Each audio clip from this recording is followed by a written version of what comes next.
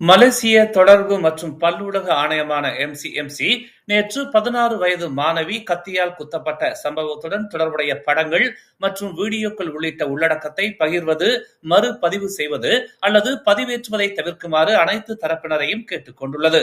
பிற மாணவர்கள் அல்லது கத்தியால் குத்தப்பட்ட இடத்தை காட்டும் எந்த ஒரு உள்ளடக்கம் தொடர்பாகவும் பொதுமக்கள் பொறுப்புடன் செயல்பட வேண்டும் என்றும் அது வலியுறுத்தியுள்ளது.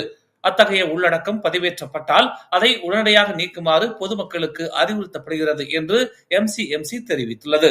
பாதிக்கப்பட்டவரின் படங்கள் அல்லது வீடியோக்களை விநியோகிக்கும் செயல் சம்பந்தப்பட்ட குடும்பங்களின் தனி உரிமை மற்றும் கண்ணியத்தை மீறுவது மட்டுமல்லாமல் நடந்து வரும் காவல்துறை விசாரணையையும் குறை மதிப்பிற்கு உட்படுத்துகிறது என்று ஒரு அறிக்கையில் MCMC குறிப்பிட்டுள்ளது. தொடர்பு மற்றும் பல்லூடக சட்டம் 1998 பிரிவு 233 கீழ் இத்தகைய உள்ளடக்கத்தை விநியோகிப்பது தொடர்பாக நடவடிக்கை எடுக்கப்படலாம் என்றும் MCMC எச்சரித்துள்ளது. மேலும் செய்திகளை தெரிந்து கொள்ள தமிழ் மலர் நாளிதழை பாருங்கள். உடனுக்குடன் செய்திகளை தெரிந்து கொள்ள தமிழ் மலர் இணையதளம், தமிழ் மலர் செயலி மற்றும் மலர் டிவி யூடியூப் சேனலை வலம் வாருங்கள். எங்களோடு இணைந்திருக்க மலர் டிவியை பதிவு செய்து கொள்ளுங்கள்.